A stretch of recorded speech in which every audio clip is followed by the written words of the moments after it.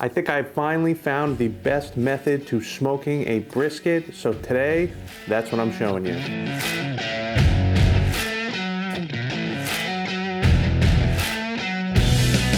So the last few times I've been smoking a brisket, I wasn't really too pleased with it. So I went back to the drawing board and I decided to do a little experimenting to see if I could get a better quality brisket. So before I get started, I just want to say that this method uses an overnight hot hold. And if you're not going to be doing an overnight hot hold, I wouldn't suggest really cooking it this way. So I started doing a little research on different ways people are smoking briskets out there. And then I stumbled across a video on Mad Scientist Barbecue's YouTube channel. It was a newer video when I just started doing this research. Now, he teamed up with Goldee's Barbecue down in Texas. They were the #1 voted barbecue place in Texas, so I think they might know what they're doing. So in this video, he decided to do 3 different wraps to see how the brisket came out. He did the normal paper wrap, which is what I usually do.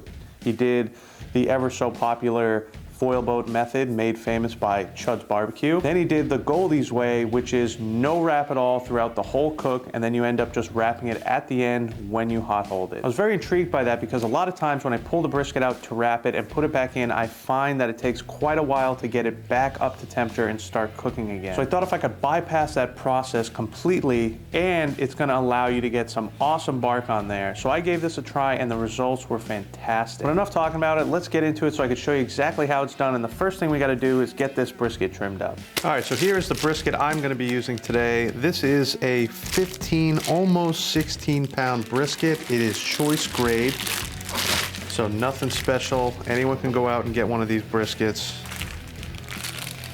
Let's just get this opened up. All right, now we just got to get this trimmed up. Everyone's got their own different methods. I like to start on the bottom side or the non-fatty side. Do a little trimming here, flip it over, do some trimming there. I'll go back and forth, but I just like starting off with this big piece of fat over here. If you kind of push this out as you just work the tip of your knife under there, it makes it pretty easy. Then you'll be able to see where the fat meets the meat, and then just work that out. Just like that, you can see this is a huge chunk of fat. Cut it in half. You can see it's just all fat in there. All right, once that's out, I just like to trim a little bit of this fatty silver skin off here. Now I save all the trimmings, but I do not save this stuff. You don't have to go crazy here. If you have a little bit of stuff on there, it's not gonna be a big deal. That looks pretty good for now. Let's get this flipped over. Right here, you'll always have this big chunk of meat sticking up like that. Just like to go ahead and shave that right down. And that'll get saved. And then you got a lot of fat over here in this area. Just like to try and trim off some of that. If you're new to trimming brisket, just go very slowly. Try and avoid cutting into the meat. Now if you poke it, you can kind of feel how much fat is left. It's a lot harder when there's more fat. Like over here, I can feel how hard that is. It's a little bit softer over here, so I know I'm getting closer to that meat. All right, so here you can see the meat poking through a little bit. It's a little fatty up here. All right, so at this point in the trim, I would like to take a little strip off here so I could see how much fat I'm really dealing with. But to do that, I want to flip this over.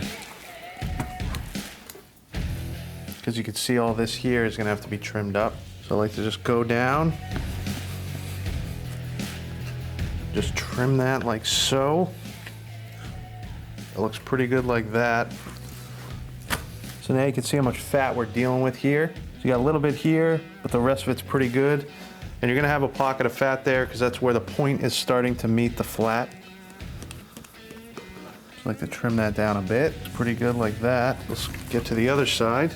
So in this area where we cut that piece of meat sticking up, right after that, there's a nice chunk of fat right here that you want to get out. So what I like to do is you just come straight down, then turn your knife to the side, and just cut that right out. As you can see, just a huge chunk of fat. Then you can also see right here, there's a nice pocket of fat as well. I kind of like to just work some of that out. You're not gonna be able to get it all out. You don't want to really go in there and scoop too much. And as you can see, this is a little hacked up over here. Not sure what we're gonna do about this. I'm gonna have to cut some of this off. Not worried about it because I'm saving all this trimming and this is gonna make some awesome burger meat. So I'm not too worried about cutting some of this off. So let's get this flipped over again. See what we're dealing with on this side. So I'm gonna go ahead and just trim that off. This flipped over again. I'm gonna have to do something with this end piece here. Not really sure. Sometimes you just get some weird briskets. I could try and save some of this, but again, you got a gash here. This is what I think I'm gonna do. I think I'm just gonna sacrifice this whole piece here and come around, because I'd rather have this for some burger meat. I'm gonna go ahead and just cut that huge chunk right off. And then same thing over here, just gonna kinda round this out. I know I'm losing a lot of that good point meat. Might end up getting burnt anyway, so I'd rather just save it for my trimming pile, grind it up for some delicious ground meat. That doesn't look too bad. Try and trim some of these scraggly parts off. This isn't looking too bad though. Kind of square this off. All right, not bad. Now we just gotta deal with this flat section here. You can see how thin that is. That's just gonna get all burnt up. All right, so it's thick on this end. So what I think I wanna do is come in like this, trim all that thin stuff off, then kinda save some of this thicker part over here. Something like that maybe. Let's go ahead and give that a try.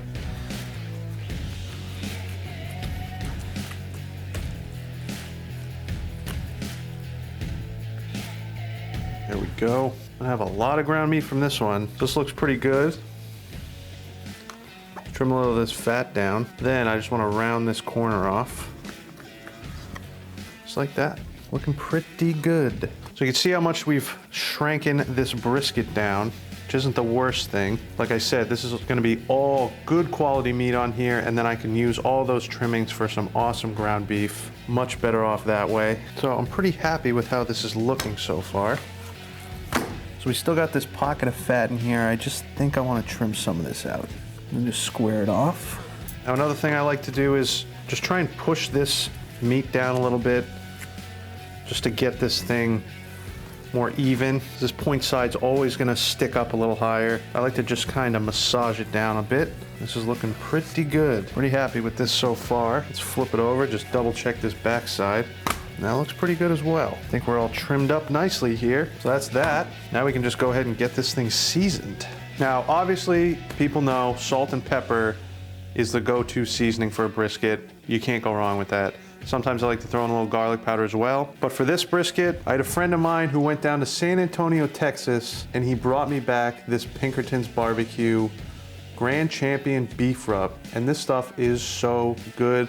So this is what I'm gonna be using on today's brisket. If you're interested in this, I think they have a website. If they do, I will put it down in the description below if you wanna give this seasoning a try, and I would highly suggest it. This stuff is so good. And you can tell right off the bat, it is very pepper heavy, which is exactly what you want in a brisket. So I'm gonna go ahead and just season this very liberally. Big chunk of brisket here, and then just pat it in. Now this brisket's already a little tacky, no need for a binder. If you have a drier brisket, you wanna use a binder, I would suggest just rubbing it down with a little bit of water to get that seasoning to stick. If you wanna be a little more creative, maybe go ahead and give some pickle juice a try. I have not done that, but it seems very interesting. Now for the mustard though, I would not suggest using a mustard, not a fan of that. I just don't like how thick it is. Feel like it might create an issue when building a bark. But the pickle juice is much thinner. It's also vinegar based, so I think that would work very well with the brisket. But again, water would work fine. I've not really found a reason to need a binder. The only reason maybe is if you decided to dry brine your brisket before, which I don't think is really necessary because it's gonna spend so much time in the smoker anyway. Dry brining is really meant for like a steak because it's gonna be cooked so quickly that salt doesn't really have time to penetrate the meat. With a brisket, it's gonna be sitting on the smoker for so long, it's basically gonna be dry brining inside there, and a lot of that salt's gonna have time to penetrate into the meat. Make sure to get all your sides. Again, the seasoning smells so good. I've done a brisket with this, and it is absolutely delicious. Highly suggest giving that stuff a try. There we go. There's our seasoned brisket. Missed a little spot back here. Don't want to miss anything. Get it all seasoned up. Don't miss any spots. Looks pretty good. I like it, I like it. Boom. And then, of course, give it a good pat down. Definitely necessary. But this is ready to go. I got the pit all fired up. So let's get out there and get this thing on.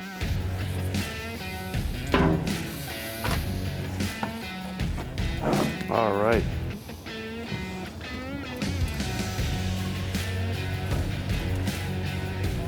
So I always go fat side, direction where heat is coming from. I want this to take the brunt of the heat. I also have a little blocker log in here as well, because on my smoker I've noticed this gets hit with so much heat it starts to get a little burnt. So I find putting a little blocker wood in there helps tremendously with that. So let's get this closed up. Let this thing cook. I'm gonna be running my smoke around 225 to 250 degrees. That's where I want it for the first few hours. I wanna give it a chance to get a bunch of smoke flavor, so I wanna keep those temperatures pretty low, and I am not going to check on this brisket for probably 3 or 4 hours. So once I check on it, see how it's coming along, see how that bark's going, I'm gonna bump the temperatures most likely to 275 to 300 degrees to try and get some of that fat to render down. Then I'm just gonna let this thing go till it's finished to my liking. And since I'm doing an overnight hot hold on this, I wanna pull this thing a little bit early. So when I hot hold a brisket, I put it in my warmer, and that thing is at 160 degrees, and I usually leave it in there for about 12 hours, depending on when I want to serve the brisket. Now, since I'm going to be putting that in a warming cabinet at 160 degrees, I think that allows the brisket to cook a little bit longer. So that's why I don't want to pull it when it's finished, because I think once it's pulled out of the warming cabinet, it's probably going to be overcooked, and that's what I've been finding with my briskets. I also usually like to wrap with paper, but I'm not doing that today. I'm doing the Goldee's method. I'm going to let this thing go completely, then pull it out, wrap it in tin foil, put it in my warmer. That's why I want to pull it a little bit early. So I think when I wrap it up in that tin foil, put it in the warming cabinet for 12 plus hours, it's going to allow it to finish cooking very slowly. So I'm thinking of around 190 degrees is probably where I want to pull this brisket, but I've noticed with brisket you can't really go by temperature, and I'm sure all of you know that as well. You have to go completely by feel, and a lot of the feel is going to be in that flat part, because your point is always going to feel pretty tender just because it's got so much fat. So you got to poke that flat, see how it's at the tenderness you like, and if you're not going to do a hot hold, you could probably just finish this thing right off, wrap it up in some foil, let it rest for 2, 3, 4 hours, pull it out, it should be perfect. But once again, since I'm doing the hot hold, I want to pull it a little bit early, so when it's finished out of the holding cabinet, it's not overcooked. With that being said, let's jump about 3 or 4 hours in the future and check on this brisket. All right, 4 hours in. Let's take a look at this brisket. Oh yeah, coming along really nice. See, it's not too dark yet. Bark's still building quite a bit. Little bit over here. And if you look over here, you can see how it's kind of lifted up on that thin flat end. That's normal. Wouldn't worry about that too much. See, we got a little pooling here. You'll want to just lift the brisket up, dump that out every so often. Just like that. See what we got for temperature on this. Checking the flat, still extremely tough. So we're about 154 in the flat, and in the point, ooh, about 140. So yeah, this has quite some time to go. I'm gonna start bumping the temperature up to 275, 300 degrees. And I'm gonna let this go for another couple hours. Then I'll give it a check, maybe give it a spritz. We'll see how it's coming along. So I will see you then. 12 hours on this brisket cook. Let's take a look at this. Oh yeah, check out the bark we got on here. That is what we are looking for. Let's check our tenderness here. Oh, it's feeling pretty good. The point is very tender, as I figured. The flat, not as tender, but we don't want it to be super tender right now because we're gonna do that hot hold. So let's see what we got for temps. So here in the flat, we're at about 181. And in the point, we are 191. So there's the proof. Check the temp in the flat, 183. It's only 183 in the flat. We got 190 in the point. It feels perfect to me. You can see the bark is very nice. This thing is ready to get pulled off and get it wrapped up. So that's what we're gonna do now. So I'm sure you've heard people say you gotta pull your brisket at 200 to 203 degrees. Well, I don't really agree with that, and you can see the temps that I checked on my brisket out there. So I'm gonna show you when you do an overnight hot hold, you want to pull your brisket at a lower temperature, and it's mostly by feel. When I probed that point, it was like butter. When I probed the flat, it felt pretty tender, but definitely need a little more time. that's when I know it is perfect to pull. So I've been letting this go for the 12 hours the whole time unwrapped. And I don't think it would have been any quicker if I decided I wanted to wrap it up. So the bark I was able to build on this thing is absolutely fantastic, but it's time to get it off and get it wrapped up. So let's get right to it. Now I'm following the Goldee's method. They did unwrap the whole time. Then when they were ready to hold it, they pulled it off and wrapped it in some foil. So that's what I'm doing today.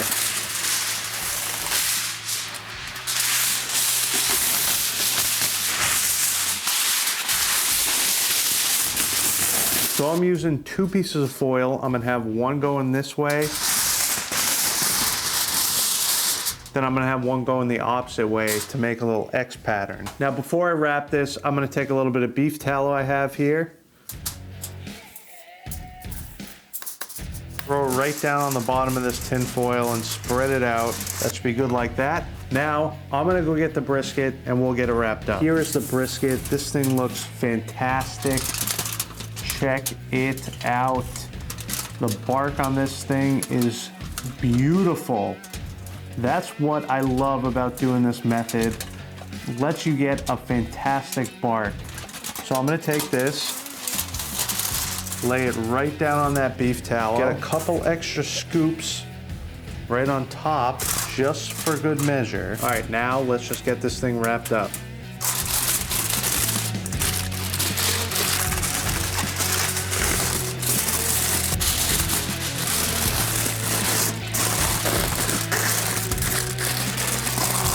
All right, there we have it. Tightly wrapped up brisket in the foil with the beef tallow. I'm gonna take this brisket, I'm gonna throw it in my warming cabinet, and that thing is set at 160 degrees. I'm gonna let it sit in there for about 12 hours or so. Let's jump into the future. 12 hours from now, we're slicing this up. Oh, it smells amazing. Looks fantastic. And try and save all that tallow. Oh yeah, nice and tender.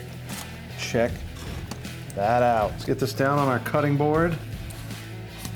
Give that thing a look. Is that not a beautiful brisket or what?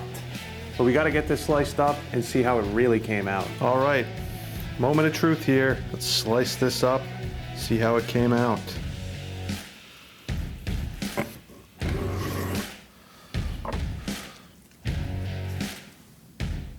Oh yeah. Beautiful. See how nice that smoke ring is on there? You're gonna get that because we didn't wrap this at all. This thing feels super tender, but not overcooked. Let's get some slices out of this. Get a couple off the flat here. We'll cut this point in half. Just check that out. That is a nice brisket.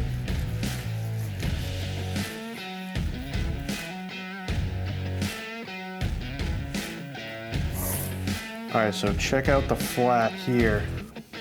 Nice. See, it still stays together. It's not overcooked, but nice and tender. Now, if you check out the point, so if you notice, you can kind of see up here, you can see this is a little overcooked. That's what I try to avoid. That's why I like pulling it early. But you can see that this part got a little overcooked, but not that bad. So all that's left is to give this thing a try. All right, this smells fantastic. I'm gonna give this a try, and I'm gonna go with a piece of the flat first. And like I said, you can see how tender it is. Absolutely perfect. Now that's brisket. Amazing. Not sure what's in that seasoning, but it is so good. Highly recommend giving it a try. So this flat is perfect for me. It's not overly cooked, super fall apart tender. Still got a little bit of a bite to it, which is really nice. I'm super happy with this, and I'm gonna continue doing my briskets in this method. Let me give this point a try. And like I said, you could see how it was kind of overcooked, but it's still probably fantastic. And this is a piece with a ton of bark. I'm excited about this one. That is so good. So it's just barely overcooked, not really that much, but I'll tell you what, that bark is fantastic. Not wrapping it up, you get this super crunchy bark. It tastes so good. I'm super happy with these results. So you guys should give this a try for yourself to see how it comes out for you. Hope you guys enjoyed this video. If you did, make sure to give it a like. If you're new to this channel, make sure to subscribe right over here. If you want to see another one of my barbecue videos, you can check out this one right here. But thanks again for watching, guys. I hope you enjoyed it, but most importantly, get out there and smoke something good.